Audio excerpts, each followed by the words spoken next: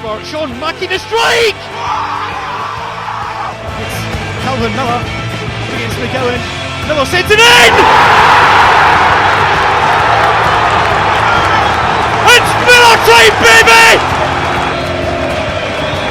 Champions again!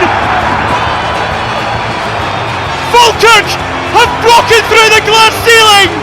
After 15 years in the wilderness, Falkirk Football Club is once again a Premiership club!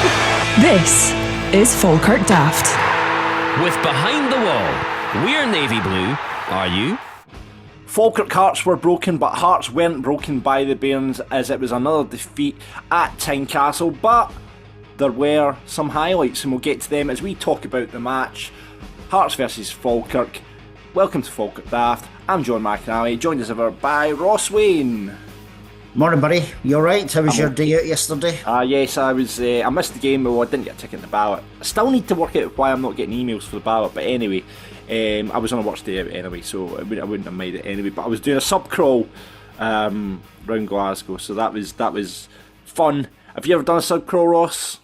No, I've not. It was. Did I see Stephen Mill was there? Stephen was there. Stephen was there. Was he talking about Dunfermline doing well? Oh no! It was delightful. It was quite delightful. I was like, "Are you getting beat by our? Hold on, Stephen. Are you getting beat by Arbroath now?"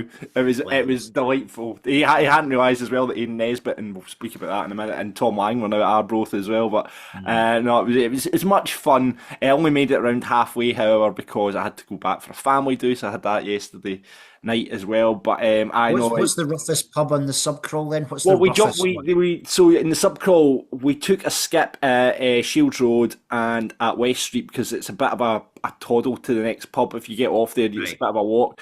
So we went to the pubs I made. Started off at Howdy's rather than Hootenanny's at the Square at St Enoch. Right. Then the Lauriston, which is a class bar. Yep. Then we went to, where did we go after that? The Bellrock in King Park, the Kensington at Cessnock.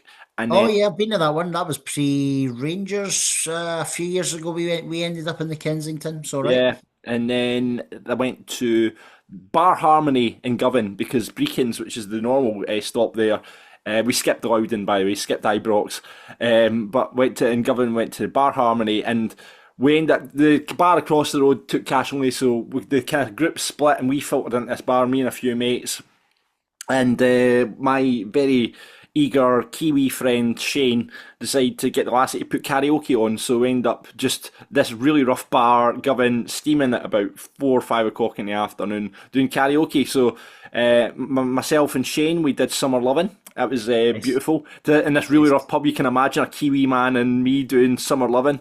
And then Stephen Mill came in as well, and it was beautiful actually. Stephen, if you don't know, he presents the show on Clyde 1/4 in the afternoon, Dunfermline supporter. He's been on this podcast. But it was just the timing that he put on a song and he did You Can Call Me Al. But it was just the timing where the lassie introduced him and she started the song and he just kind of walked and just grabbed the mic and just started, hit the first note by on. But it was very, very funny. But yes, I bugged out and went to a family do after that. So it was probably for the best because I've seen some of the pictures. Was this one of those family days where you've turned up having had a good drink and then you're just slavouring all the rest of the night to family? I was acting sober. I was quite well behaved. Quite well behaved. Good. So it was a good day. Good. How was Edinburgh? How was Tynecastle? Yeah, so we got the Behind the Wall bus through. There was a few of us who got the bus through. Had a pint in Behind the Wall. Yeah, it was nice. Good, nice pint of Guinness. But it was a quiet one for me, football aside.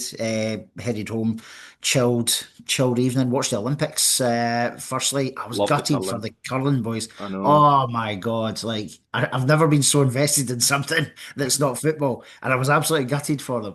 I actually think I'd be quite good at curling, by the way. Like I think I'd be quite good at it because I've got It's really a lot harder than you think, by the way. See the balance. No, I get it, but I just think I'd be quite good at that, to be fair. Right, okay, well, we'll put that to the test. If anyone wants a game of curling, Ross is your man. If we've got a cricket team, let's go we'll get the cricket. The cricket team's coming together really nicely, actually. Scott McDonald reached out, who's on the podcast. He's got about 4 players lined up, all Falkirk supporters. Like I say, Josh Heggie, the Falkirk commentary team are wanting involved. I've got a wicket keeper. We're all good. We're all good for this cricket match. And if we've got the steady cricket captain, I'm feeling confident. Never played cricket in my life, of course. So but I don't think I can bowl. It's a lot harder than you think to bowl a cricket ball. So we'll see how it goes. More details on that soon. We had a competition running on our socials to win a print from Matthew J. Wood. He does official club stuff now. It's a really nice one in the stadium. You can get that on his website, or just check our socials, like and follow Falkirk Daft and Matthew J. Wood. Share the competition post to enter, and you could potentially be winning. He has, and he sent us his latest one, John. This is one of Brockville, and this has never been shown, so it's a bit of a Falkirk Daft exclusive. And I don't know how well it's going to show up, to be honest. In fact, it's not going to show up at all. No. Oh, yeah, you can. So it's of Brockville. There we go. Nice. And it's the old shed at Brockville, and that is, it'll look better on our socials when we put it up. However, this is an exclusive to Falkirk Daft. It will be launched when this podcast goes out, and that's going to be available on his website as well. And we'll do a like and share to win that one too. Yeah, absolutely. Couple of we asked last week for loan 11s, Ross, and we've had a few in, haven't we?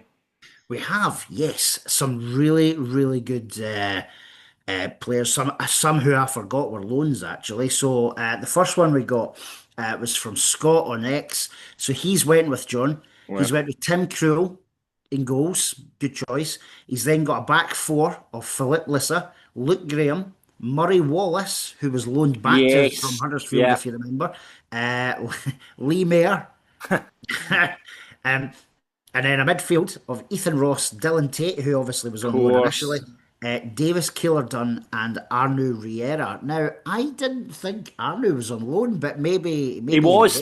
I look, because I've done the exact same thing as you went with Arnaud as well, have you? I went with Arnaud as well. I'm just trying to dig mines out as well, actually, because I've left my phone downstairs. So. Oh, you're okay. I've got a note of yours as well, because you put it on our chat, didn't you? Yeah, that's what I'm looking for. Yeah. And then up front, he's went with Anthony Stokes.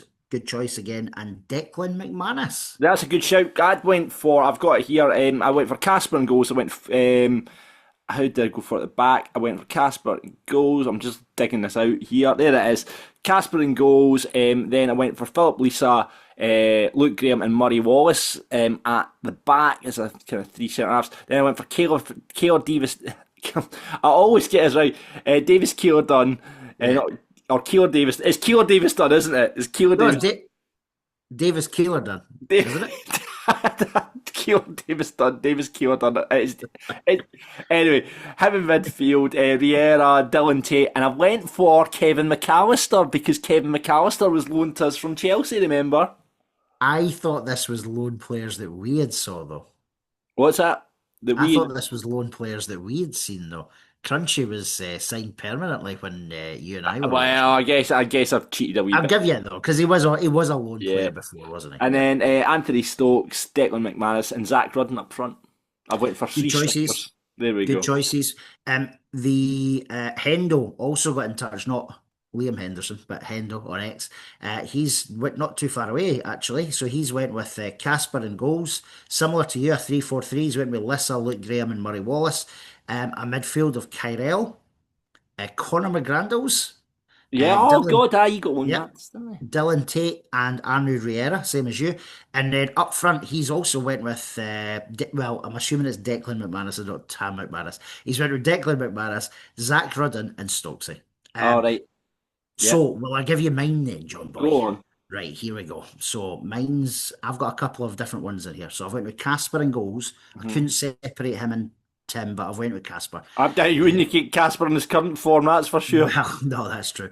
4-man defence. So I've went with Philip Lissa, Luke Graham, Rhys Bennett. Rhys Bennett, what a shout! Who was on loan from Bolton. Bolton was it? And then Blaine Rowe, who was on loan for Coventry. Blaine Rowe is a wild shout. Right. I thought he was a really good right back. I thought he was good. I've then went with 3 in midfield. One of these will not shock you. So Dylan Tate, Kyrell Wilson, and this is the outside one. I've put Max Curie-Chavier. Remember from Wee Max. St Johnstone? I thought he was great. You love Wee Max. You just thought he was the next best thing. I did. And then up front, I went with Anthony Stokes, which I think everyone has so far as well. Yeah. Plus, I didn't go with Zach. I'm a little bit left field. I went Alex Jakubiak. Oh, the yak. There you go. Yak. That's not bad. Not bad. Aye, some wild choices there, Ross. But aye, not bad at all. If you want to keep your lone 11s coming in, feel free to do. Leave it in the comments below or get in touch via our social media. Thank you very much to our sponsor this week. It's Rumour Architecture. They've been on the go for 5 years, and obviously Ryan Marshall, head honcho there, is our friend. He was working at a local practice and then went off and set up his own thing. So they're one of only 3 fully chartered and accredited architects in the town. Done a number of projects. We've talked about them before. The houses where the old Polish club used to be. Obviously, Mr. Crunchy Carrot's office himself, where the old Lecky shop was. Ryan did all of that. So if you're looking for a project, you're getting an extension on the house, you can get 10% off this. Be a project fee here. Ryan's going to give you 10% off. So if you want to get in touch with Ryan, just say Falkirk Daft sent you his way, and you'll get 10% off your fee. Thanks very much to Ryan for that. If I can spit the words out, and he'll speak to anyone. So if you want to get in touch with Ryan, rmar.co.uk, and that's Rumour Architecture. It's proudly sponsoring Falkirk Daft this week. So thanks very much to Ryan. Don, does that mean if Falkirk Football Club go to him for the 4th stand and it's a £35 million project, does that mean the club get £3.5 million off? Get 3.5 million off, aye. There you go. Falkirk Daft. Quote Falk. I would not put that past them. You know, why not? Save some money, but there you go. Quote Falkirk Daft, Jamie Swinney, if you're listening to this podcast, and you'll get a wee fee off the stand architecture. There you go. Good day. Let's hope that happens. Club news this week. Captain Call has just signed a new deal. I was quite surprised about this one, I thought, with all the injuries he's had. But, you know, we'll talk about his performance yesterday. He came on last week as well, did really, really well. I mean, like, he's not really had the chances to really test himself in the Premier League. So I'm guessing from a perspective of having Call in and about the squad is a good thing, because we all know how influential he is in that dressing room, you know, and he has been captain for the last, 3 seasons. So I think it's twofold, John. I think it's listen, he's more than competent on the park. We saw that just yesterday, and from what he's done so far, like, he won every header yesterday. And I know he got booked, but it was a bit of a harsh booking, in my opinion, that he got yesterday. It's just fitness. He just needs to get his fitness back as well. And obviously cramped up a bit yesterday, apparently. Hence why he went off. But as much of he's a huge influence on the park, he's a huge influence off the park as well, from what we hear. He's the guy that the club and the team sort of need in and around the dressing room as well as on the pitch. I think he's having a bit of a Stephen McGinn effect. Remember when Stephen maybe wasn't playing as much, but he still had that huge effect on the boys. I think that's similar with Cole as well. yeah, no, so that's good. That'll keep him potentially to 2028. I don't know where the year's extension lies with, if it's with Cole or with the club in terms of extension. But yeah, no, great to see. Cole's a great guy, so it's good to see him committing to the club, and hopefully keeps injury free and can get a run in the team. But again, it's really hard. When Hendo's obviously was our player of the year last year and has been outstanding this season, and then young Connor Allen, who obviously came off the bench yesterday as well. Yep, has really stood out at centre half as well. So maybe injuries, Cole gets a run. We'll wait and see. But I would suspect, that I don't know if Hendo and Allen will be his first kind of choice as centre half. He kind of indicated that a wee bit. But again, Philip, he played really well at centre half yesterday as well. he did. Well, that's his natural. We need to remember that is 100% natural position. So it's John McGlynn has a tough question for next week, because as you said, like, Nielsen is back available, Hendo's back available. Do you play Lissa? Do you drop Adams? Does Leon keep his place? Does Philippe go into left back? Does Cole start? Does Connor start? It's we're not in a bad position defensively now. Yeah, it's pretty strong. I mean, I think from what I could tell, kind of the Call signing is split a bit. The supporters, a lot of people saying, "Oh, I don't know if he's up to this level." then other supporters going, yeah, that's great. But it's kind of split. There wasn't a big fanfare made. You know how we usually do the kind of signing, but I think Yeah, they probably did that because a lot of people been, oh, is it Dylan Tate? Is Dylan Tate going to sign a contract? possibly. Yeah. And then Cole, obviously, they announced the news of Cole. So, but yeah, no, great to have Cole at the club for another couple There of was a seasons. lot of rumours at the stadium yesterday, John, about Dylan Tate. The amount of murmurings around where I've he's I've, I've going. heard. I mean, I've heard rumours of Rangers. Um, you know, Queen's Park Rangers has also been chatted as yesterday. I QPR, don't know about that's that. Yeah. interesting. That's interesting. No. Well, maybe that, maybe my rumours were wrong, and maybe it is Queens Park Rangers that is. But yeah, I mean, I I wouldn't be surprised. I mean, there's clearly a contract on the table for him, but Yep. um, if his numbers keep stacking up like it does, in analytical terms, you know, as far as I've heard, he's in terms of central midfielders, he's a central midfielder who makes the most forward passes in the Mm. Scottish Premiership. We also know he's the most fouled player in the Scottish Premiership as well. But no, it wouldn't surprise me. It really wouldn't surprise me. And you know, if he's getting all big money offers that we can't compete with, you know, it'll That's the have difficulty. Yeah, that's that's the difficult. difficulty. Listen, Dylan's been fantastic for us. We've been fantastic for Dylan as Yeah, well, though, of which course. I'm sure I you. think I think he'll be the first to hold his hands up and say that. You know. Yep, yep. So listen, we'll see what happens. It would be amazing to have Dylan with us for the next few years, but if it's not, I don't see it being a bad departure. I think the fans will wish him well, Yeah. and hopefully, if he is leaving, and it is still a big if because he might sign a contract this week. If he does go, let's hope he goes as a Scottish Cup winner and a top six qualifier and whatever else. Do you know what I mean? So Yeah. fingers crossed. I know. Wait and see what happens there. I mean, Leon McCann. Someone was saying that Leon McCann's got another year to run, hasn't he? Think so. Yeah, Yeah, I'm sure he does. Leon's got another year to run because that's the other one. The other obvious, you know, but everyone else seems to be apart from the loanees, everyone else is tied up till Yeah, at least next season. yeah, we're doing Um, okay with that. Yeah. apart from I mean, there'll be a couple of the kind of fringe squad players that might not be. Nicky might be out of Oh, Nicky might contract be out of this summer. contract. That's a good point, actually. I bumped into Nicky actually yesterday when I was out for my dog walk, so I was chatting away to him. It just he was actually confident going into the Hearts game as well, so I think there was a bit of belief in the squad that they could do Was something. he out buying fart powder for Scott Bain, was he? No, he was just. I think he must just go for a walk. So you know that way though. It's like you get all flustered when you talk to a footballer. I've been in the lucky position where I've met a few like pop stars and what have you in the past. But see, when it comes to like meeting a footballer, a Falkirk footballer, I'm just like, oh, hi Nicky, hi. Hope you have a good game today, Nicky. Hope you. So It can't be any more awkward than your interaction with Sam Hart about 3 months ago. no, it's like well, Sam Hart. By the way, where's Sam Hart? Well, he was on the bench He was on the yesterday. bench yesterday. Jesus, He again. was. He I didn't was. notice that. Bloody hell, Yeah, he was Sam Hart. back. Welcome back to Falkirk. We've missed you. I've no idea where you've been. But I. So yeah, we'll see. Hopefully, like you say, there was rumours that around the concourse about Calvin Miller and Liam Henderson as well. People looking at them, was there? I didn't hear that. I Uh, know. No, I didn't. I didn't hear. It was just the Dylan Tate. I heard a couple of people behind me talking about it. So yeah, yeah, it's I interesting, hope if right? he does go, I do hope it's down south because you don't want to.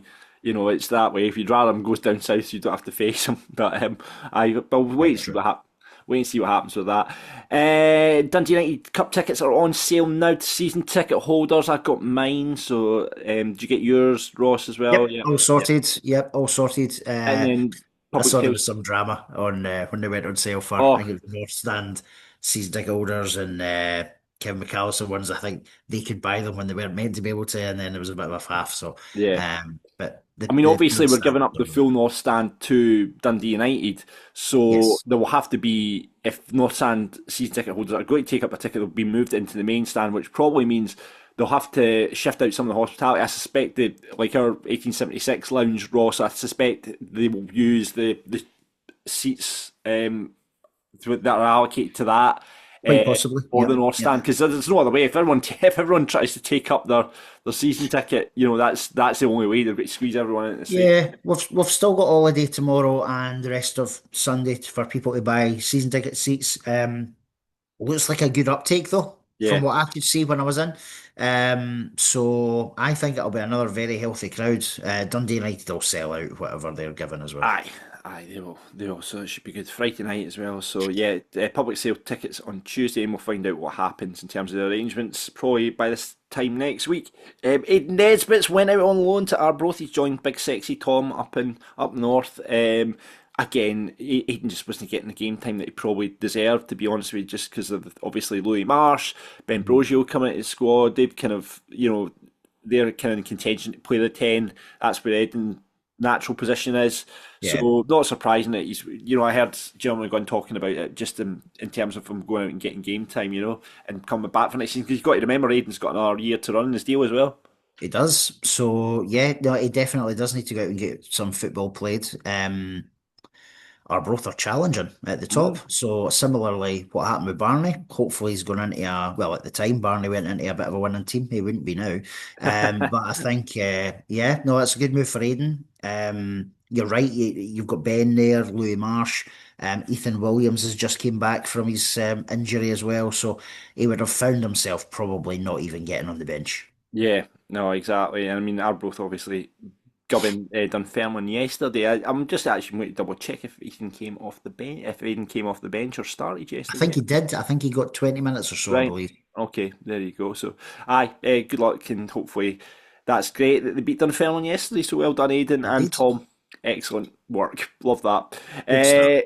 Let's go into birthday corner now and say some happy birthdays. Let's kick it off with John Fraser, who is 93rd. 93 years old he is on the 27th. Well done, John. Well done. I was 93 years waiting. old. I was Happy waiting. birthday. Happy birthday, John.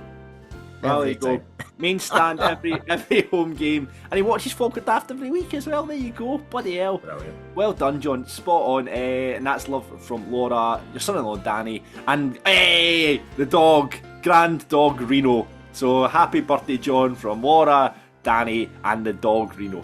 Happy birthday. 93, well done. Getting along to the game still. Well, that's brilliant. That's superb, isn't it? And Hope when I'm 93, I can do that. If I make it to 93, there's a very good little chance I'll make it to 93. So that's well done on yourself. we also had a message in saying, "Hi, John and Ross. Could you please wish my son Nathan Devoy a very happy 21st birthday on the 24th of February, which I think is Tuesday. And that comes from all the family, including your dad, Paul."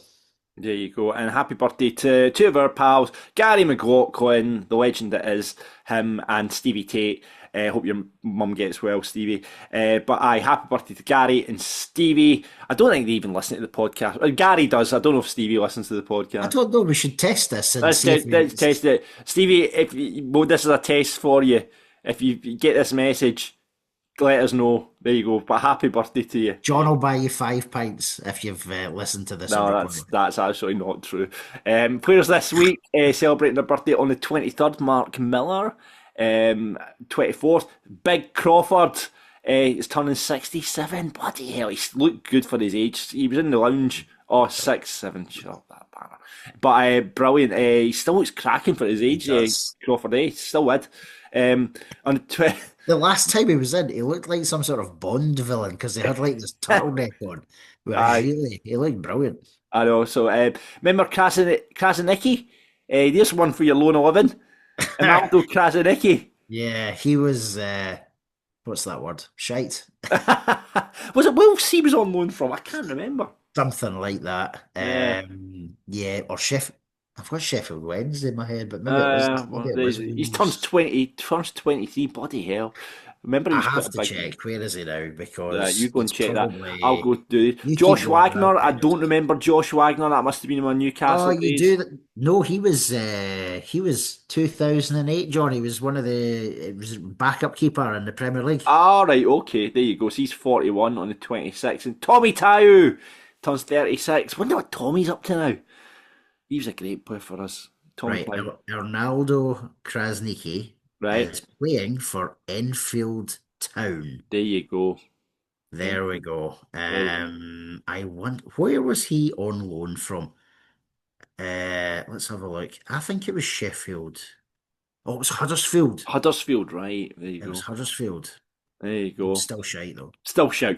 27, Tommy Tow, as I say, turns 36. And then 28, Tam McManus. That can't be right, Ross. You've written down 45. There's no way Tam McManus is 45. You've done your maths. You've dropped a 5. You've dropped a 10 there. It must be 55. I could have. No, listen, that might be right. No, Tam McManus is not 45 years Right. old. I'm You gonna look have up to check that. it. I'm thinking it'll be 55. Brian McLean is 41. And Ross McKeever is 27. Mate, Happy right, birthday, Ross. you owe me an apology. Tammy McManus was born on the 28th of February, as we've just said, 1981. He's 45 this week. Oh my God, he's had a hard paper round his Tam McManus. Sorry, Tam.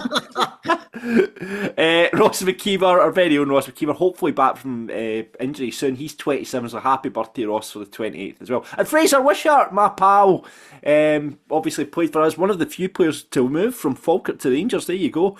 Fraser Wishart turns 59. Was a very good player back in the day for Falkirk and scored in that 6-0 win at Brockville against Hearts, as well as he likes to keep telling. He likes to tell me. I saw him at. He's regularly at the stadium doing stuff for Super Scoreboards, Fraser, and he loves coming and watching Falkirk. So I was chatting to him last week. Well, I was chatting to him during the week for work reasons, but he was at the stadium for the Dundee United game. Him and Ian McCall. Ian McCall was doing the BBC, and Fraser was doing that. So they've obviously played in the same team as well. So they're having a bit of gassing as well. So happy birthday! I must remember to wish him a happy birthday when on the 1st as well. So happy birthday, Fraser.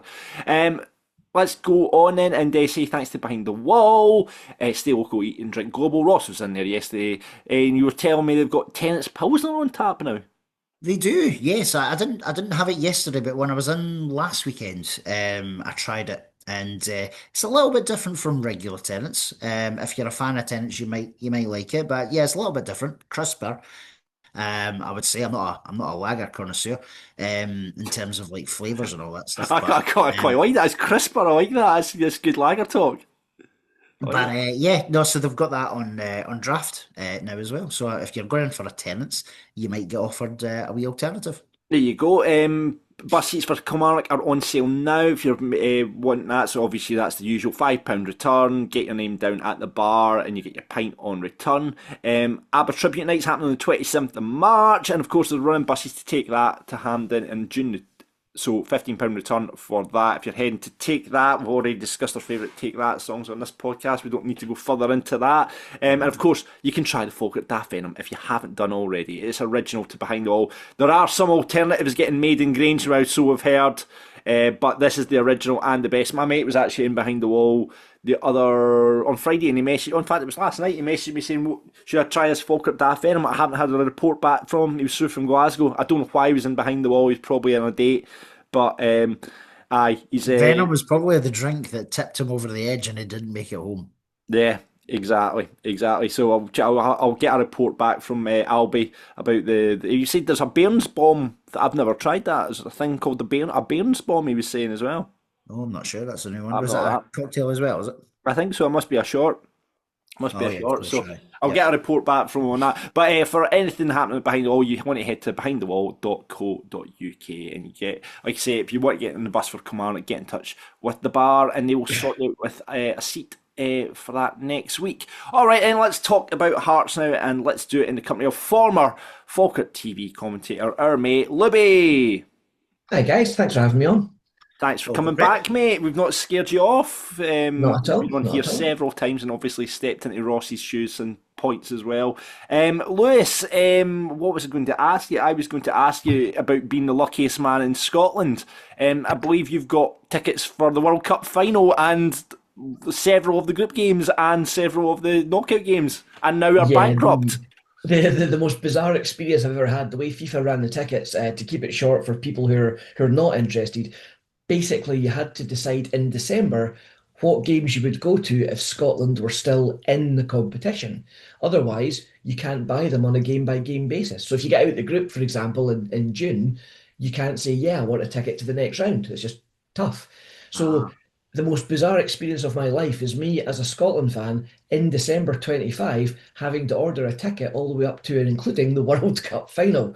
Now, how's that for optimism? But I was very lucky that Infantino got a wee bit of stick and then released those cheap tickets late on, and thankfully my points qualified for that. So honestly, I've gone from I think it was 6.5 grand for 8 games, and I'm now like 380 quid for 8 games. 380 quid for 8 games. For 8 games. That's mental. So Wow. honestly, it's because he did that late change. Cat fours were only for Americans months ago, and then he finally. And to put it in context, guys, it equates to something like about 100 tickets per nation in the whole thing per game. So it's a tiny percent. It's such a shame that there's not a bigger allocation for participating fans because it's So only you two going and to a half stay out thousand. for the duration regardless anyway then? I'll stay for as long as we're in it, basically. So And so if we're not at the later stages, you'll just move the tickets on. Can you do that? well, no, they're linked directly to Scotland because they're what they call participating member association tickets. So they Right. are linked to our progression. Right, okay. Ah, Okay. So at right. the point we get eliminated, essentially, I'll get a refund for All the right. Oh, I rest of it. see. Right. Aye. Right. So the seat's not going to just go empty. Correct. So they've Right. basically That's got fine. what they've done is they've basically sold those games like Multiple 38 times. times over. Right. They've Okay. sold the final 38 times over. Oh, wow. Because the That's money will all sit in an account for 5.5 months, getting interest. of course it will. Of course it will. Signed Donald J. Trump. I can't say Well, anything because obviously there's now a social media check before you enter the USA. So I would just like to officially say that I've always thought he was a lovely guy. he listens to this podcast, man. Never, So never doubted him, and everything he's doing is fantastic. So because we're not going to America, we can call him a cunt. I mean, if you don't want to go to Disneyland again with the girls, that's all right. Ross is trying to get an excuse to get out of cheerleading competition, so he's on social media all the Actually, I time. forgot about that. I'm going there next, not this year, but next year. Actually. Aye, just this would be a get out and save you a fortune, Ross. Just mock Donald Trump on social media, and you can That's it. obviously save some cash going to cheerleading competitions. Right, okay, you two were at the game yesterday. As I mentioned before, I was in Glasgow doing a sub crawl. Couple of changes from the team, obviously enforced. Nielsen couldn't play for his parent club, and obviously Hendel was suspended. Ridiculous. But before we talk about the Willie Collum, what doubling down on that red card. And then that's the thing, it's like, obviously you saw the one against that Motherwell had against Aberdeen, and because Hendel's happened the week before, the referee's got to give a red because Yeah. that's what was made the week before. Do you know the worst part about the Willie Collum show though, with the Handel bit, is it's like, see if he'd said, right, listen, we're just following the rules. You can almost go, fair enough, right? But that's not what he said. He says, because we gave Trusty a red card, every other scenario now is a red card. So because Celtic player got a red card, now everything's a red card in the same scenario. Rather than just going, we fucked up against Celtic, there we go. Yeah, it absolutely ridiculous. And I mean, you saw. I don't know if you saw Dundee United's one against Spartans, which I think was the worst of the three That as was well. bad as well. Yeah. That was bad. Terrible decision. I mean, The I only thing I I would love the say- karma. I love the karma aspect of it, but still. The worst bit of the Willie Collum show, I thought, was the fact that it's got Willie Collum on it. But, that's just me. Shout out to the Falkirk fan on X who had mocked him up as a clown on the show. Did you see that? Brilliant. I know. It's just like you say, John, it's a rod for their own back now, right? Yeah, absolutely, 100%, 100%. But aye, so Henderson was ruled out. When you heard John saying there was no point in appealing it because it wasn't going to work. And it's a terrible decision. But anyway, we've talked about that last week. So Keelan Adams in it right back in the move. Philip Lisa into the middle. Cole Dawson came back in after coming off the bench last week, and Kyrell Wilson started ahead of Louis Marsh. Thoughts on that team? I thought that was probably the way to go. With Lisa going in at centre half and Keelan going at right back. Yep. Yeah, I think so. Made, Go on, Ross. made sense, didn't it? No, it did. I think I don't know if it was Lewis and I that were talking about it just before kick-off or it was Al, but I think there wasn't too many alternatives. Like Connor Allen, as we now know, had a really bad head injury prior to Dundee United, so he had to be sort of not quarantined for a week, but looked after for a week, and then he's obviously only just been able to make the bench. But I was quite happy with the team, to be honest. Yeah, no, Lewis, you the same? Yeah, I think when we're all discussing it beforehand, I think defensively there's probably nothing more John really could have done. I believe part of the issue with Connor was the fact that there is, if there's any risk of concussion now, a player has to be kind of, as you say, quarantined for a bit just to check there's no ill effects. And thankfully Connor now looks like he's on the mend and he'll be back in contentions. But defensively, yeah, I don't think John really could have changed anything. I think it made sense. We all predicted the kind of the back four and keeper. We knew who the two midfield pivots were going to be, and we knew it would be Barney up front. So I think the only debate pre-match was what three you picked in behind the striker, and Calvin's always going to be there. So basically, two slots were up for grabs, and four guys were after it. Yeah. We started off really bright. I mean, in fact, the first half in general, until we lost the goal just in the brink of half time, I thought we looked really, really good. Certainly go by the highlights. Were you guys impressed by how we did in the stadium? Yes, we dominated the first half. I know there's some Hearts fans who disagree with that. I thought we dominated them completely in the first half. And Lewis and I talked about it at half time. Just decision making and finishing really was the only downside. And I think John McGlynn talks about that on his post match interview as well. That we did everything bar score. You have 3, 4 good chances, which I'm sure we'll talk through. But you need to be putting one of those away. If you want to leave Tynecastle with a point or three, and we just unfortunately didn't do it. But I genuinely, I was so impressed with how we played in that first half. Just that final ball, final pass, final decision making to shoot. That was for me the struggling point. Yeah, I think I kind of echo that as well. I think, I go back to the point, watch the highlights of the first 4 minutes. We have two chances, one on 2 minutes, one on 4 minutes, that on another day, you're off to a fantastic start. Yeah. And it's just that kind of recurring theme of we don't have a clinical cutting edge at the moment. One of the guys I was at the game with was a neutral fan yesterday. It was interesting, hearing some of his comments before and after during the game and whatnot. And, he was saying he thought we look really well coached, we're really well structured, we caused Hearts a lot of problems. There was one player he singled out for a bit of praise, one player he singled out for a bit of stick. He says, but ultimately it's about scoring goals. He says, and sadly, that's the bit that I think as Falkirk fans, we know this all season. Stepping up to this level, we're just not quite as ruthless as we should be. But you know what? I think we've had a fantastic season, and that's something that we all know can be potentially addressed in the summer. And maybe with Ben Parkinson coming in, he might be the solution to that. I think I only really know two things about Ben at the moment. The critics say he's slightly lightweight, but my answer to that one is I like the fact he is competing with centre halves, even when he knows he's not going to win the ball. He's still letting them know he's in a game. They're in a game, sorry. Secondly, his movement looks really, really good. And the two goals that he's had have both come from that. He knows he's not going to outmuscle a 6'5" centre half, but he knows he can move quicker than them and faster than. So getting across that centre half, if we can supply him, I think he might get goals. But it's just such a shame that the guy basically comes in, gets a couple of sub appearances, and then is out for a few months.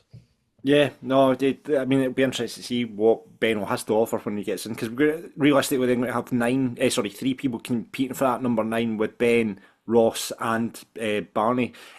Talking about Barney, big chance for him, a couple of chances for Barney. There was one where he cut inside and he hit a pretty relatively weak shot at the Hearts goalkeeper, but there was a great square ball onto Calvin Miller at the back post that he should. I was screaming when I was watching the highlights, like square it, And I think looking back on it, Barney's probably cutting himself up a wee bit about it, because there was a great ball into Calvin Miller was running in and goal to potentially put it in the back of the net. It was a huge chance, and you do wonder if that maybe affected the second half scenario, which I know will come to in a minute. But in fact, I don't know if it was even on the highlights, to be fair, but there was a one-on-one in the second half where he looks as if he's in two minds whether to have a shot or pass it, and you wonder if that situation in the first half, the first few minutes, maybe clouded his judgment a little bit because obviously for anyone who's watched the post-match interview with him, as you said, John, he's absolutely gutted that he didn't take at least one of the chances, and you do feel for him. It's a hard watch. I think people should watch it though because you can see how he cares and Well, feels about the game and how it went. well, let's hear from it once we come to. We usually feature the manager, but let's listen to that interview once we get to it because you feel sorry for Barney. I mean, he's done so well. I mean, even like obviously got his hat trick against Hibs. He had an assist last week as well. Let's not forget that in terms of goal contributions. Against Livingston, he had an assist there as well. So he's been contributing. It's just like you say, it's finding that little clinical edge. We had the kind of header in the second half as well, which was a hard header to take, but it's because leaning back in it, and but yeah, I guess Barney, as we all know, is raw, and he keeps getting better though. He does keep getting better. He's a work in progress. Yeah, absolutely. Yeah, 100%. And it's it is great to see him. I mean, I'd loved seeing that hat trick against Hibs was brilliant, and seeing the delight of the big man. Easiest hat trick to score, but he was in the right place at the right time, doing what number nines do, and he just needs to find, I guess, that cutting clinical edge and just a better decision making. But that will come with experience. His own dad said that. It really will, John. It really will, and I think he's putting himself in positions that you want him to be in, and it's just that final step there, and we know he can do it. He showed it, like the goal against Stennismuir in the cup was a fantastic header, to be a decent goalkeeper as well. So he's putting pressure on himself, which isn't a bad thing. But obviously, when you watch the interview, he's maybe taking it a wee bit more personally than maybe like Brian Graham would. I don't think, but do you know what I mean? And that's no disservice to Barney. But I think, don't give him a shit. I don't know if you would see Brian or Gary Oliver or maybe one of the more experienced players like taking as much ownership for yesterday. Because listen, why we didn't score yesterday, it wasn't just down to Barney. And I think whereas when we watched the interview, it almost feels like he is taking the sort of the blame for it. I do feel listening to the BBC interview with John McGlynn, he did throw him a wee bit under the bus, poor Barney. So I wonder if John's I've not seen that one. I've not seen that one. I did heard feel that one either. I did feel he got a wee bit of brunt. I mean, he name checked him, but I don't know if he was having a specific. He was more chance talking about the chances that Barney had. But yeah, we had our chances in that first half. Should have maybe have taken one of them and put a bit of pressure on Hearts and certainly that crowd, but they get the goal at the wrong time, just before half time. It's one of these goals. It's taking a wee nick on the way through. It's not getting through if it doesn't take that nick, and then he toe pokes it past the keeper. But you're going to Hearts, like Rangers, like Celtic. If you don't take your chances, you're ultimately going to find yourself at the end of a loss. We said that at the time. We said as soon as we missed that third or fourth chance in the first half alone, we kind of said, look, you can't miss 4 chances like this at Tynecastle. We saw it against Celtic as well. Celtic, Rangers, Hibs, any team like that. You can't miss 4 chances in the first half and then expect that, there was that dread of, right, there's 5 minutes to go to half time. We need to kind of see it, and lo and behold, it falls. And I remember I bumped into Barney's dad pre-match and again at half time, and just what you said regarding decision making is exactly what his own dad was saying. He said, they're doing well, they're playing well, they're causing Hearts problems, and this is from a boy who's a jambo, but happy to admit that we were causing them all kinds of problems. But as he said himself, he said it's just decision making in the final third to be a little bit more clinical and ruthless. But yeah, sadly, when that ball got the ricochet, and I think it's Dylan it falls in front of. And I don't know if Dylan's not sure of, because it's taken a deflection, how much weight is still on the momentum of the ball. And it looks to me like at first he's trying to just shield it, thinking that the ball might potentially run out of play or back towards the keeper. And it wasn't until I watched the highlights again, I thought, actually, could he have just hoofed that behind straight away? It's an interesting one when you watch it again, but ultimately, one chance and the damage is done. Yeah, a terrible time to lose a goal. Because what was the atmosphere like in the stadium? Were the Hearts supporters seemed quite nervous? I thought they were quiet. Ewan Yep. messaged me like yesterday or last night and asked what the crowd was like and stuff. And I said that to him. I said, listen, they were quiet until they scored, and then even in the second half, um, I thought like Tynecastle's normally quite a raucous place, and it wasn't really until the last 5 minutes Mm. Yeah. that they came alive. Two Um, songs, two 65 songs, minutes and aye, 91 minutes. yeah. That So tells its own story. Yeah. we did silence the crowd. We did do our bit yesterday, and listen, I know I've said this a few years ago, but we don't lose, we learn. And I think yesterday's one that we need to kind of Fucking take. hell, have you got No, that put your Jesus Christ? That's no, but You straight got listen, out the that as a Martin poster Rennie on your. playbook, isn't it? Oh my no, God. but listen, we do. That Live, is learn, exactly what. love. This is exactly We what we need don't to do. lose, we learn. Oh my God. Oh, That's the But we title of do, this week's episode. but we do. Jesus. That's exactly what we need to do. And whether it's Barney, whether it's Dylan, whether it's Brad, because there'll be a few players yesterday going, "Oh, we could have done that." Calvin as well, could have done this, should have done that. Just take it into the next game. We've now got what 5 games left pre-split. How many of them are against top 6 teams? So you've got Rangers, most. Motherwell.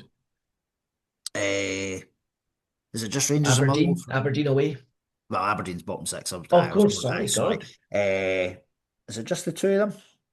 Yeah, so Kelly, Aberdeen, and St Mirren are the other ones. So we've got a huge opportunity, and it's still in our hands to like we could be nailing on 6th place this time next week, depending on how I, this I Aberdeen think Dundee one more United win. game I goes on think Tuesday. one more win does it. One more win does it. Yeah, Especially the results went our way yesterday with obviously Yeah. Dundee United dropping points against They're, Kilmarnock and Aberdeen getting beat. So I think one more win effectively puts us top 6. I would I say. don't know if you saw there was something put out by the Scotland's Coefficient Twitter feed I did see yesterday. that. Yeah. And there was something else about maybe about a fortnight ago, maybe a bit more. I think it was the Hit the Byline data analysis site. And it was saying that historically, if you look at the average of the post sort of the split Yeah. total for the last 5 years post COVID, I think they said the average was like 41.9. So yeah, basically 42 points. There for was one win. there was 1 year you needed 43 would kind of put you safe. The way it's going, 42 might be enough. So we're not far away. That Kelly game is going to be massive. Yeah, 100%. Second half, we get into it. Kyrie Wilson looks like he picked up a knock.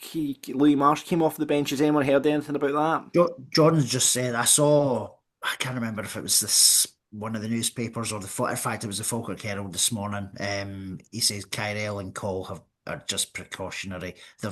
They're not bad. They've taken a knock, and he's subbed them just to make sure that they're going to be fine. But it was particularly gutting because Kyrell was probably alongside Leon, in my opinion, was Yep. our two best players for the time that they were on the pitch on Saturday. Yeah, Yeah, I they was get. really struggling. Couldn't decide between the man of the match between the two of them. I thought Leon was great, but I thought Kyrell just was causing them so many problems. And what I've realised is he got a little bit of stick at times for maybe not having the most end product. Then he pops up with a goal, with Livy, but in terms of needing to find more of our men with his crosses or assists, goals, that kind of thing. But the one thing I've really learned in the last kind of 5, 6 weeks about Kyrell is it changes our entire shape when he's not on the pitch. Because immediately when he goes off, defences push 5, 10, 15 yards further up the pitch. When he's there and his pace frightens the life out of defences and they cannot hold a high line against him. Yeah. I mean, there was that chance where he was just kind of running right on, in the first half where he was rushing through the park. You think, just go, keep going, Yeah. because his air is just absolute pace goer. So good to see here that it's just precautionary. Good to see Ethan Williams back in the squad and coming off the bench as well. What do you make of his performance? He obviously didn't have long. I thought the subs were well timed because we had 20 minutes to go when he made By the way, like Brad the Spencer 22. got subbed off. I don't know what John McGlynn was. I mean, his favourite son. He's taken his favourite son off. That's No, he got booked, John, and yeah, I think he was worried. Like, obviously, Cole had been booked as well. Granted, Cole went down, but I just think it was because Brad had been booked yeah. uh, for that reason. But I thought Ethan, do you know, like Kyrell, he's got a bit of pace about him though, and I did think they were a little bit concerned when he came on because he did get a little bit of joy down the right hand side. I think it was maybe just the once he beat his man, and the rest of the time he get the defender was kind of they were kind of doubling up on him. But I thought he did okay. It was good to see him back because he is definitely a another good option to have, whether it's a starter or coming off the bench. Yeah, I did. I mean, I think you like obviously it comes with pedigree. But Manchester United, I've talked about it in this podcast. Like he's probably got the best touch of anyone in that Falkirk side. But it'll be interesting to see, get him back into the squad and how he can affect. Because at points he did look really, really good, Ethan Williams. So I just hope he can just kick on and hopefully the injury's not Do you think we affecting him should be too much. playing him in the 10? Because that's where he played for Man U. So, like, I don't think we've seen him in the 10 really. He always seems to be on the wing for us, Yeah. doesn't he? Yeah, Agreed. I'd be interested to see that. I mean, we've got obviously we talk about Ben Brogio. What his performance yesterday? He obviously came off as well. Was I he thought he okay? started very brightly, Mhm. Ben. And actually, it was one of the games where he was more involved in the first half. I think it got to about 35, 40 minutes, and he was kind of dipping out slightly. The only slight criticism, to be clear here, was just second half. He wasn't as involved as I thought he would be. He kind of faded a bit, but it's a young lad up here to kind of learn. If he was the finished article, respectfully, he'd be on the bench for Villa. He wouldn't be with us.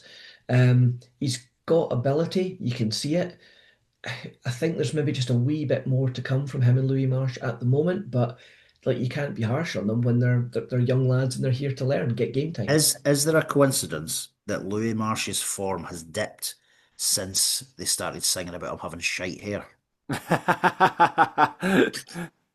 Who Well, knows? maybe it's an SOS we need. If there's anybody who owns a salon watching this, sort Louis Marsh out. If you're a Bairn, get him, get the curtains gone, sort this out. Let's get him back on form. Or just change the words to the song. He's got good hair, and but we don't care. That's a simple solution. There you go. That might inspire his form back to what it was. Scott Bain again with like it just goes to show how good number one. He had a couple of really good saves, Scott Bain as well, and just his distribution. I keep saying it's brilliant and it's a joy to watch. Scott Bain, and it's like again just you feel sorry for Nicky because he's done nothing wrong to lose his Yep. spot. But again, when you've got a player like Scott Bain available, and I think when we signed him, there was a lot of people going, "Oh, I'm not too sure about that," But I think he proves how important having that experienced number one is at the back. I Because I think I thought, that. think, Go on, sorry. Ross. You go first. No, no, I was just going to say, I think the one thing, and this is I need to be better at this as well, is he's so calm under pressure. He doesn't care what's like he trusts his defenders like 100%. So if he's playing a ball out, um, there's no question of it. Whereas I think like, and I'm happy to be included in this. Like there was points yesterday, I'm thinking, why are you playing that ball? But actually, nine times out of ten, it does work, and he's retaining possession. He's starting plays. Like he puts pressure on he sprinkles pressure on his fucking cereal, Scott Bain. So he just needs to just. I need to learn. Fans need to learn because there's that collective, like that gasp when he does something. But listen, he's a classy goalkeeper. Yeah, He's a it's similar. I was going to come at it just from the opposite angle, but similar thing, and just say that, yeah, I do feel sorry for Nicky because Nicky was probably our most improved player last season. We did need an established, experienced keeper to come in and get the best out of both of them. But I think for me, I think having Scott Bain there actually gives a lot of confidence and comfort to the defence because I think they know when they're playing that ball back because he is so good on the ball and his distribution, as you said, Ross, nine times out of ten is spot on. Like I think it's quite reassuring for the defence and they look comfortable knowing they've got that option behind them to kind of build out from the back and do that wee triangle, break the line, and away they go.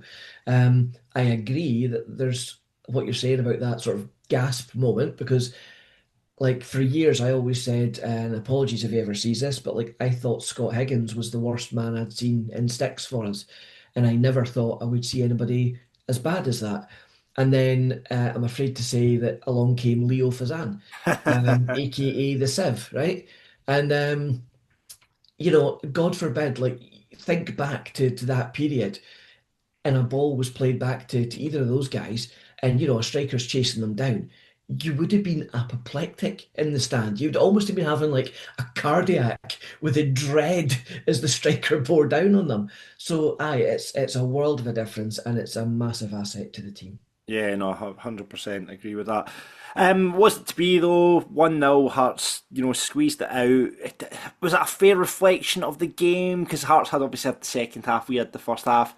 A draw, probably the fair result, do you think? I would say so. I thought we were worthy of a draw. I don't think we deserved to win the game. I thought we were the better team in the first half. They were the better team in the second half. Yeah, yeah. I think if Barney had scored that late chance, I don't think we'd seen Hearts like moan that. Well, I'm sure McInnes would have moaned because he moans all the time, but I don't think he would have said, "Oh, it's an unfair scoreline." That's the only thing. Yeah. Robbery, and at least Dick Turpin wore a mask. There you go. I reckon we could have been a couple of goals up in that first half. Sadly, decision making and finishing cost us and came back to bite us. But the fact that we left that stadium without anything is a Shows travesty. how far But we've hey, come that we're disappointed. it's exactly as I said to you when we were walking out the turnstile at the end of the game. Cast your mind back like 3 years. And we're playing the likes of Peterhead and Alloa and Montrose, and going through some pretty tough times. In the last 6 weeks or so, I now find myself walking out a game away at Tynecastle against a team sitting top of the Premier League in this country, gutted that we've not won or at the very least taken a draw. And likewise, what was it, 5, 6 weeks back, whenever it was, we hosted Celtic at the Falkirk Stadium, should have been 3-0 up before they even scored. So it just shows the progress in the last 2.5, 3 years. And long There's may it continue. there's big clubs getting pumped off our broth. We need to think about how fortunate we are to be where we are. Yeah, absolutely. And just remember, we don't lose, Don't lose, we learn. we learn. Indeed. Exactly. Let's hear from Barney in that interview you already to Ross. See what he had to say after the game. Barney, what were your takeaways from that 90 minutes? Disappointed. I thought the team started the game really well, created some good chances. Could have been better in front of goal, and that's mainly talking about myself, to be honest. But I thought the chances that we did create shows that we can compete at this level. Yeah. Especially first half, there was obviously a lot of decent chances, a lot of it looked like we could hurt Hearts. How much can we take from that going forward? Well, we've shown that we're a top six side at least, but I mean, we're walking away disappointed from a loss. And in that first half, we moved the ball quickly, played with like a real stride in our step, and if we take one of them chances, it's completely different outcomes. So we let ourselves down a little bit, but can't dwell on it too much. We've got big games coming up, and especially next week. And at the end of the day, it is away to the team that is top of the league. They're top of the league for the reason they with an ability to grind out results like that. Yeah, I mean, it's top of the league, but we're showing that we can compete, and it's gutting. And I know, like, obviously walking away from top of the league away, gutted to lose isn't normal, but the way we played, especially in the first half, it's just I've let myself down and let the teams down a little bit, because if we take at least one of them chances, we'd come away with a point, 3 points, and so you can only apologise for that. Oh, I just want to give him a big hug. Just give a big hug. Oh, Barney, don't put it on yourself, mate. It's a team game. That's a tough See if watch. you but I were think it's- see if you were around Ross, it'd have been all right. You'd have been able to say, "Don't worry, Barney. Don't worry. We don't lose. We learn." it was a tough watch, though, innit? But I think it's an important watch for people because, listen, he wasn't the reason why we didn't win yesterday. Of course not. It wasn't just on him. But you can see the pressure that he's obviously putting himself. I think I'm far from a body language expert, but like that's the first time you've ever seen Barney. Like you know how you think of Barney as like a smiley, happy, cheery chappy, Yep. joking away with the interviewer. That's the first time I think Falkirk fans will have seen him like that. He To be Yeah, looks a honest, bit dejected, doesn't he? yeah. I've not seen him as depressed since the day he signed for Dunfermline back in October. Do you know what? The flip side of that though is I was lucky enough that I used to do that kind of thing with interviews and whatnot. And the one thing I picked up on there is fair play to him because for a, what is he, 21-year-old lad still? Yeah, Um, to be mature enough to take full accountability for what he deems as his own actions, fair play to him. Totally. He's clearly beating himself up there, arguably a bit too much for the reasons we've said. So, if you are watching, get your head up, Barney. The fans are still behind you, don't worry. Um, but fair play to him for actually coming out and owning that himself. And, all he can do now is go back into training and channel that in the right way. yeah, 100%. Yeah, so yeah, I mean, he'll probably it's more likely he'll start against Kilmarnock next week as well. I've no doubt. I did see a few fans saying that Brian Graham maybe should have come on for the last 15 minutes. Well, we'd I made was up our subs. surprised. Ah, But well, it was the fact that I think we had that injury to Call yeah. changed things. Suddenly Connor Allen had to come off the bench. So yeah, And Tyrell, Brian probably would have come off the bench if yeah, He probably would have had we had a sub. I yeah, probably would have. yeah. just for fresh legs at the end, yeah. I'll get all the goss. He's in doing super scoreboard this week, so I'll get all the goss from him on Tuesday. Yeah, let's hear what you guys had to say on the game. Elsa kicks us off, says can't fault level of performance. In the first half we edged it, but lack of clinical decision making with the final ball is the reason why we didn't have a couple of goals. Hearts better in the second half. Bain made crucial saves. Says a lot that I'm disappointed we lost 1-0. Onwards. Indeed. Yiddelbaum says good performance, just some final third decisions, and could have been different. Would have had little complaints if the game had been a draw, just as we said earlier. Yeah, Linda says good performance, especially first half. However, our deliveries and final ball were poor and lost count of the amount of headers we lost. Could have played for another night and still not scored, to be honest. On to Kelly and hopefully 3 points. Thought the ref was decent for a change. There you go. But credit to the referee.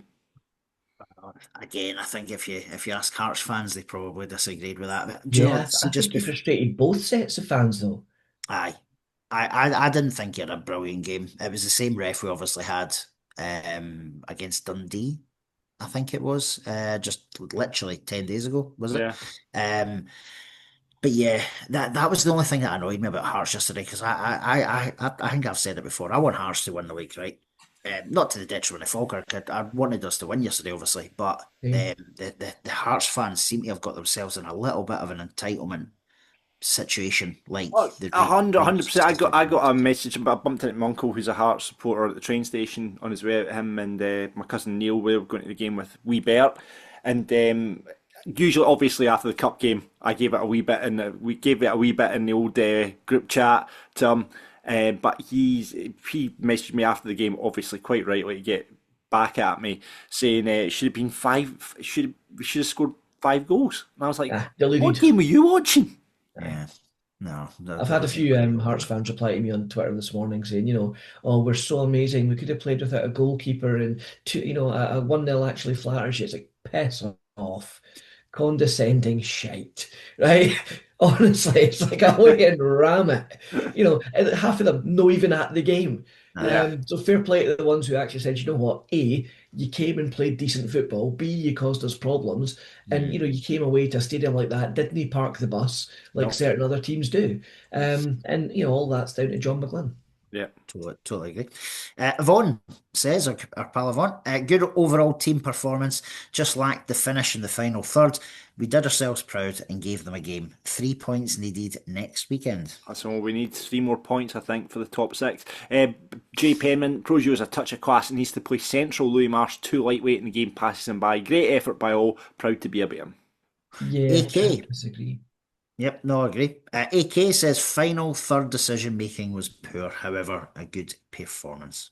And finally, Paul says better team in the first half and should have never been one up before. It should have been one up before they scored, which would have been interesting. Never got going in the second half. Really, you need to get shots away quicker against better sides, as they seldom allow you time or space to size up the shot. Probably the reason we never took a deserved point. McCann again outstanding, as was Tate in the middle. Thought by Cole won every header he went for. 3 points next week at home, and we're back on track. Tough. Yep. It could be tough. Kilmarnock will be tough because they've picked up certainly form. And then they got a good point away at Tynecastle as well. So it'll be interesting. We'll do a preview episode on Thursday. Keep your eye out for that. But I'll come to you guys for Falkirk Daft rated because I've only seen the highlights. So what are you thinking? Falkirk Daft rated. Lewis, you sort of said it was between 2 for you. Yeah, for me, I thought Kyrell started the game really brightly. I just want to kind of give him a wee shout out for that reason. I thought he was having a really good game, causing them no end of problems against Harry Milne, who is chapping on the door of the national team. I think he's shown his versatility. But yeah, I think I was surprised that Leon maybe never got Player of the Month last month. But Hendo's been good form as well. But Leon, just for me yesterday, it was absolutely fantastic. Right, it's Leon for Lewis. Ross. Yep, totally agree. I think if Kyrell had continued his playing in the second half to the standard that he had in the first, potentially Kyrell. But for me, Leon was superb yesterday. Not just doing what he's expected to do, which is obviously defend well, keep the ball away from our area. But one of the best crosses of the game in the second half for Barney. Just the Hearts defender just got his foot to it. But listen, Leon took a shitload of tackles into him yesterday. Honestly, he was smashed up and down the place. So I think just for that, he kept it really tight and tidy. I'm going to go Leon as well. Well, there you go. 2 in a row for Leon. He got last week's against Dundee United as well, which makes 5 for the season, or the most Falkirk Daft rated player of the season so far. So well done, Leon. We'll wait and see what happens at the end when we come to the awards at the end of the season. But Leon's going to be in contention for Player of the Year this year, I think. Yep. Yeah. We've got Dafty. It's always tough, especially after a defeat. If I really had to pick one, I'd probably have to say Louis, unfortunately. Not that it was bad, just as somebody mentioned on the kind of socials there, I thought the game did pass him by a wee bit. He's up against a good team, he's a young lad, he's still learning. I just kind of would like to see a wee bit more from him. Yeah. Ross? Out with the Falkirk team, just the moany Hearts fans in the ground. I just thought, just really, like, they shouted for every little thing, and you're like, come on. It's not even a foul. So other than the moany Hearts fans, I can't. Let's go moany Hearts fans. Let's go moany because of that any excuse. There we go, moany Hearts fans. Great, fantastic. This is all wrapped up. We don't have to do Falkirk Daft versus, do we, Ross? Oh yes, we do, because I've got the questions. No, I'm against bloody Lewis, the Encyclopedia of Falkirk. I don't know. I mean, I'm trying to what my record is so far. I don't know. Yeah, all I would say, John, is if you lose, you beat Ross, just be the bigger man and stay on the podcast. Don't. Aye, you rage quit the last time, didn't you? I didn't rage quit. Yeah. Right. Okay. Have you got your board ready? I've got my board and I've got my pen. Okay, so Lewis, you've done this before. You know it's a penalty shootout style quiz. John will write his answer down. Only once he has written his answer down, we'll come to you verbally, and we'll see who wins the quiz. All right? Cool. Good stuff. Right. Okay, guys. Question number 1. We have won more games than St Mirren, Killie, and Livy combined. Is that true or is that false? So we have won more games than St Mirren, Killie, and Livy combined. Is it true or is it false?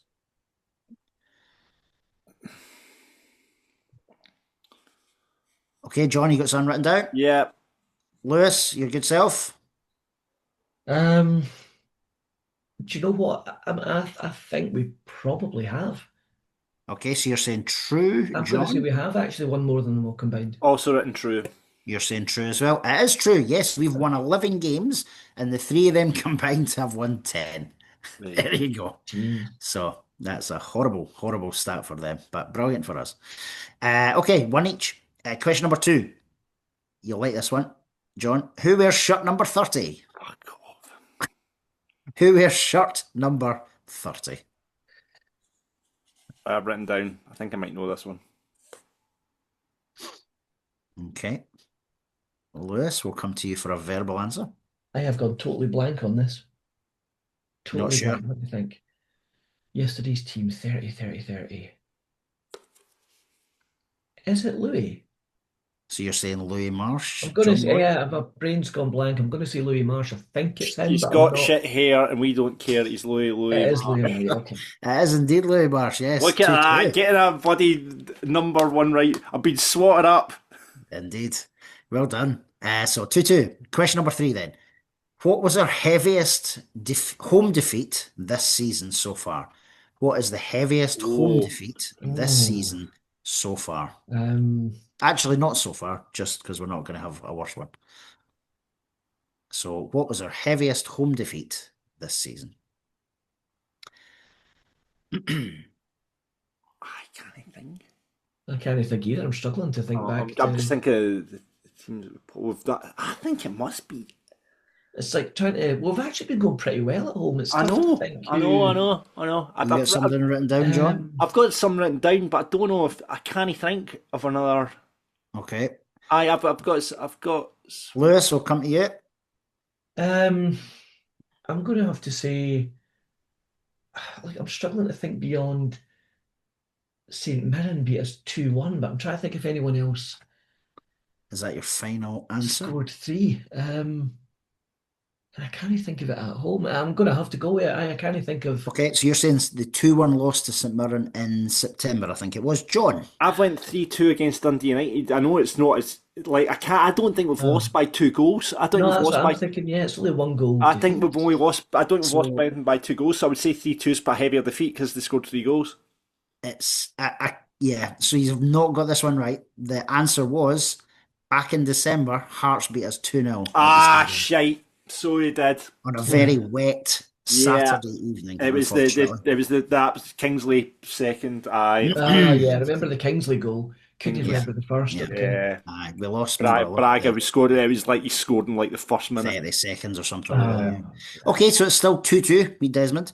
Question number 4 is a Who Am I, which I know John personally loves. So, who am I? I was born in Berwick. I played over 200 games for Falkirk. Having signed from, looks like Lewis knows already. Having signed think I from know it. Blackburn Rovers, I played for Falkirk in the top league for 4 seasons whilst at the club, and I was also in a Scottish Cup final. I later signed for Hamilton Accies on a free transfer. Who am I? That's not who I thought.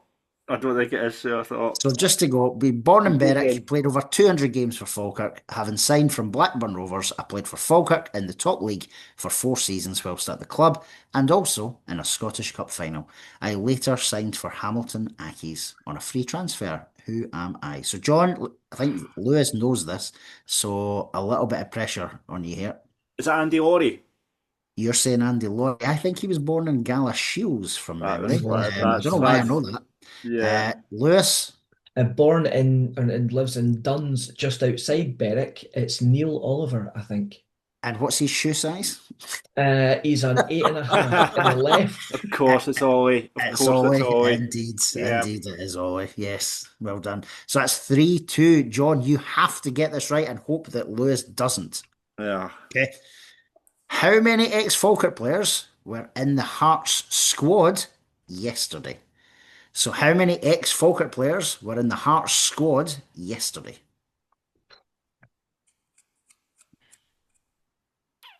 So not 11, the actual squad in total. Full match day squad. Match day squad. What was it? There's always somebody you forget, isn't there? Mm. Okay, John, have you got something written down? Yeah. Okay. Lewis, come to you. Right, there's the obvious one is Stephen Kingsley, gives us Yeah. one, but I'm struggling to think of the logic of, is there someone I'm missing? So, although Kingsley is the really obvious answer, was there another that I'm missing? No, I can't think of anyone else that. I'm just going to have to say Stephen Kingsley, assuming he was even on the bench. So you're going for one. I maybe went for for one. 0 because Stephen Kingsley's Oh. injured just now. Well, there we go. It's 3-3. John is correct. There was 0 Falkirk goals. I didn't even look at the Hearts bench yesterday. Boom! Which means we are going to a tiebreaker. Oh. Okay. So, yeah, so tiebreaker time. Okay, so I'll be taking the closest two, obviously. What was the attendance, the overall attendance versus Dundee United last Saturday? So what was the attendance, the overall attendance versus Dundee United last weekend? Lewis, I will come to you. I mean, we're averaging like 7,500, 8,000 most games. So do you want it like the nearest 100 or do you want the exact? I'll go closest to, yeah, so just pop a number. So between 7,500 and 8,000, I'll say 7,700. 7,700. Seven, Joy. seven. I've went 7897. 7897. Well, I'm going to tell you, one of you is only 4 away.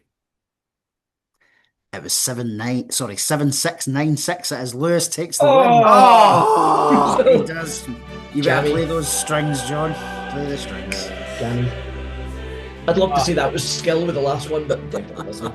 Ah, man, well Tight done, game, Lewis. boys. Tight game. Well done, Lewis. I should rage quit now, but no worries. I'm a better man for that. Liz, thanks as ever for joining us on Falkirk Daft. Really appreciate your time, mate. Love being here, guys. Thanks again. This is Falkirk Daft. With Behind the Wall and the Falkirk football fans in training. God damn it. Should have. I'm sure 7897 is actually the stadium capacity, but then you've got to take into account of. Anyway. And all that, yep. Annoying. Anyway, that's it for this week's Falkirk Daft. Thank you very much for listening. Shout out to our sponsors. Obviously, Rumour Architecture sponsored this week, but also every week they sponsor us. It's Falkirk Football Fans in Training. They've been with us over the course of this podcast and we really appreciate it, guys. They are at the stadium 8:30 to 9:30. They've got Elite Academy and Legends sections and over 50 sections as well. So if you fancy a kickabout, fancy helping your mental health, get down, play with the guys. All the details are below. Get in touch with Dougie, Willie or Ian. They'll sort you out it's a great bunch of guys, great laugh. Falkirk Football Fans Training down at the stadium every Wednesday, 8:30 to 9:30. And the Kelpies Cup, I'm still waiting on info from Ian. Ian, if you're listening, get the info. We need to find out about this Kelpies Cup so we can get down and support the lads at that. But all the details for the T8s are in the bio below. And that is it for this week's Falkirk Daft. We'll be back hopefully on Thursday with a preview episode to talk about the Kilmarnock game. And as I say, Ross, it's like, we've had a tough wee patch there, obviously beating off Dundee United, we put that down to sending off, showed up well against Hearts, so we've got to keep it going, just got to put those games behind us, and if we keep playing the way we've been playing anyway, like we're playing well against Dundee United, we played well against Hearts, if you just take some of those chances, Kilmarnock are in decent form, they played well against Celtic, very unlucky to lose, got a point at Tynecastle. They'll fancy coming up to the stadium, and we've beaten them twice this season, so they'll want to come up and put a marker down, I'm guessing. No, they really will. It'll be a tough game. However, as you've said, we have played very, very well, even in the games that we've lost recently. Our home record is pretty strong. We've not lost too many this season at home. So yeah, listen, and we're 1-1, as you said, we're 1 win away. Yeah. That's how close we are, really. We're 1 win away. And 1 win combined with potentially a draw between United and Aberdeen on Tuesday night, that really could be it done. Yeah, no, I think just one win and we're top 6. We can start dreaming, start working. We can be kingmakers, or we could be going for Europe. That could happen. So fingers crossed. We'll be back hopefully then with the preview episode on Thursday. If we aren't, we will see you on the next one. But thanks very much for listening or watching to Falkirk Daft. We really appreciate it. Like a lot of people come up to us and tell us that you've listened or watched, and we really, really appreciate that you do that. Listen to our shite. And remember, everyone, we didn't lose yesterday, but we learned Just remember that going forward. Whenever we lose, we learn. So just remember that going forward. Brilliant. Listen, check out our merch if you fancy getting some Falkirk Daft cover. You can do that at merch.falkirkdaft.co.uk. Links below. We've got a whole bunch of stuff on pintsandprints.co.uk there as well. Thanks to Gordon. And if you want to discuss all things Bairns out with the podcast, you can do that on our Discord channel. A lot of reaction to the game yesterday, and to obviously the news of Aiden going up to Arbroath. So get on there, hook up, get involved in the chat. I sometimes jump on now and again as well, but I just kind of leave it to the young'uns because it's more of a young'uns game, the old Discord. But get on there, weigh in, that would be great. The links are below. Great, that's us up the road. We'll see you on the next one, but until that time, Expecting unexpectedly. Monday Bairns. We're Falkirk Daft, we're Falkirk Daft, talking about the dark blues and having a bit of a laugh. We're Falkirk Daft, we're Falkirk Daft. You can listen in the pub or you can listen in the bath. We're Falkirk Daft, we're Falkirk Daft. For everyone who's caring about being a Falkirk Bairn, we're Falkirk Daft. We are Falkirk Daft.